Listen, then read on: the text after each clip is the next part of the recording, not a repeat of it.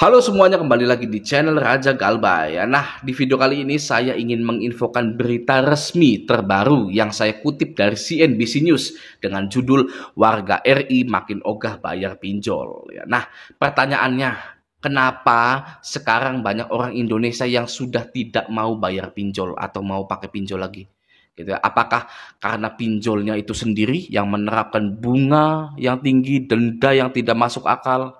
Ya, apakah karena penagihan yang tidak manusiawi, ya, atau literasi keuangan orang Indonesia itu sudah mulai meningkat, gitu ya? Apakah karena masyarakat sudah tahu bahwa mereka sedang ditipu oleh pinjol dengan iklan yang bunga rendah tenor panjang itu, namun kenyataannya tidak? Ya, apa ya jawabannya gitu ya? Simak terus video ini sampai akhir.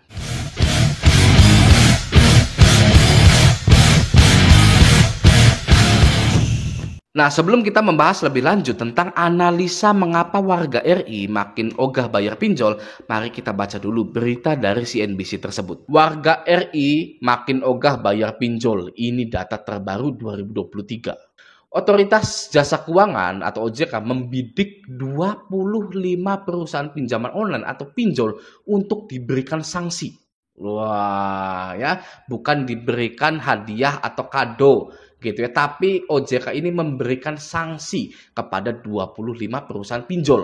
Nah, gitu ya. Nah, perusahaan-perusahaan pinjol itu terdeteksi memiliki rasio kredit macet yang cukup tinggi, gitu ya. Yang artinya banyak yang gagal bayar di pinjaman online tersebut, di aplikasi tersebut, gitu ya. Oke.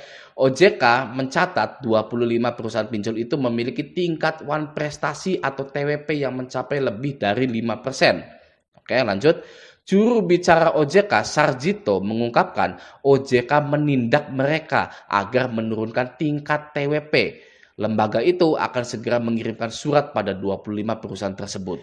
OJK menyatakan bahwa literasi keuangan warga Indonesia itu sangat rendah sekali atau sangat kurang sekali gitu ya.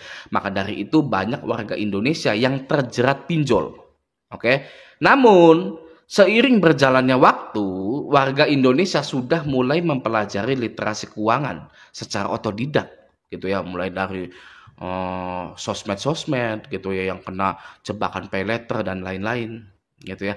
Warga Indonesia sudah mulai mempelajari literasi keuangan ya, sehingga orang yang mempelajari literasi keuangan itu mulai menyadari bahwa pinjol ini adalah malapetaka bagi ekonomi mereka. Ya, para warga RI berbondong-bondong untuk stop menggunakan pinjol. Ya, ada yang membayar lalu hapus aplikasinya, ada juga yang menggagal bayarkan semua pinjol mereka.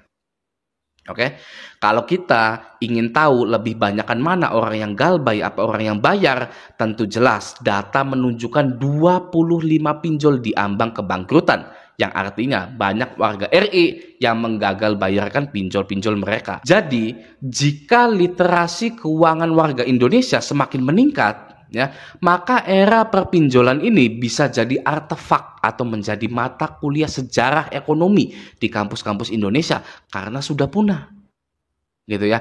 Jadi literasi keuangan ini sebenarnya tidak baik untuk bisnis pinjol, ya. Kalau literasi keuangan digalakkan, digaungkan, digembar-gemborkan, ya, nanti yang tersisa adalah para pro galbayer saja yang sengaja minjol lalu menguras habis dana pinjamannya. Ya, karena orang yang mengerti literasi keuangan tidak akan menyentuh pinjol, gitu ya. Jadi tidak ada konsumennya lagi, gitu loh. Ya, nah kalau dari sisi jahatnya, ya sisi jahatnya gitu ya, ngapain ningkatin literasi keuangan warga Indonesia? Ya, mereka jadi tahu bahwa pinjol ini adalah sebuah malapetaka, sehingga konsumen pinjol turun drastis, ya tidak ada konsumennya lagi, ya. Dan yang sudah punya pinjol, ya, terlanjur berkecimpung di pinjol akan menggagal bayarkan pinjol mereka demi menyelamatkan ekonomi atau keuangan di rumah tangganya. Ya, ya artinya sudah saja biar saja jadi bodoh gitu loh. ya warga Indonesia gitu ya. Banyak yang pakai pinjol dengan bunga tinggi, tenor 14 hari ya. Kalau sudah mendekati jatuh tempo gitu kan, jual-jual hartanya hanya untuk melunasi pinjol gitu ya. Jadi ibaratnya harta yang Anda punya itu ya dikonversi dengan media pinjol untuk diserahkan ke perusahaan yang tamak seperti pinjol itu. Ya. Iya loh. Cara memiskinkan Anda itu mudah. Ya, cara memiskinkan nasabah-nasabah pinjol itu sangat gampang sekali ya. Hadirkan sesuatu yang berhubungan dengan kenyamanan ya, kesenangan, ketenangan yang sifatnya sementara seperti pinjol itu. Ya, dapat uang, wow, senang sementara gitu loh ya. Nah, setelah senang sementara ya, perusahaan-perusahaan ini minta nasabah-nasabah ini ya yang telah menikmati hal-hal itu bayar dengan apa yang mereka punya. Ya, dan dikasih tenggat waktu yang sempit. Tenggat waktunya sangat sempit sekali. Return yang tidak sepadan dengan pinjaman atau bunga dan denda yang tidak sepadan. Penagihan yang menghina kehormatan nasabahnya. Ya, sama seperti Belanda dan Jepang pada saat itu. Ya, negara-negara itu datang ke sini ngomongnya sih pengen berbisnis gitu ya, biar maju perekonomiannya gitu. Tapi akhirnya apa? Ya, Indonesia dijajah jadi budak negara lain. Jadi daripada Anda diberikan kesenangan, ketenangan semu itu, ya mending Anda tolak saja. Bagi yang belum minjol-minjol nih, ya Anda tolak saja sudahlah, ya nggak usah pakai pinjol gitu. Atau yang sudah terlanjur terjerumus pinjol, gagal bayarkan saja. Ya, karena harta Anda akan terkonversi menjadi harta mereka melalui media pinjol itu. Ya, makanya banyak warga Indonesia menolak jadi budak pinjaman online. Ya, sudah banyak warga Indonesia bahkan sudah kompak untuk stop bayar pinjol. Oke, Anda tidak sendiri. Bagi yang terjerat pinjol ya, sudah makin rame, sudah makin kompak ya warga Indonesia ini ya, stop bayar pinjol. Oke, Anda tidak sendiri. Selamatkanlah diri Anda ya sebelum penyesalan datang. Oke, nah jadi beberapa pinjol yang sedang diambang kebangkrutan itu ada yang pertama Samir ya. Itu Samir itu sudahlah ya anak baru ya kan ya, tapi TKB-nya di bawah 90, jauh di bawah 90%. Ya, Samir itu mau bangkrut gitu ya. Yang kedua Findaya atau GoPay Later. Oke. Yang ketiga Modalku. Nah, Modalku juga sama ya, TKB-nya di bawah 90%. Finmas.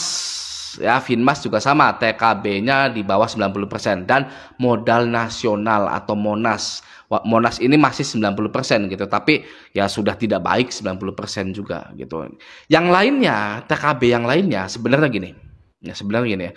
TKB itu kan hanya angka gitu. Itu bisa jadi strategi marketing saja agar tidak ditinggal oleh para investornya atau untuk ya menggait investor baru.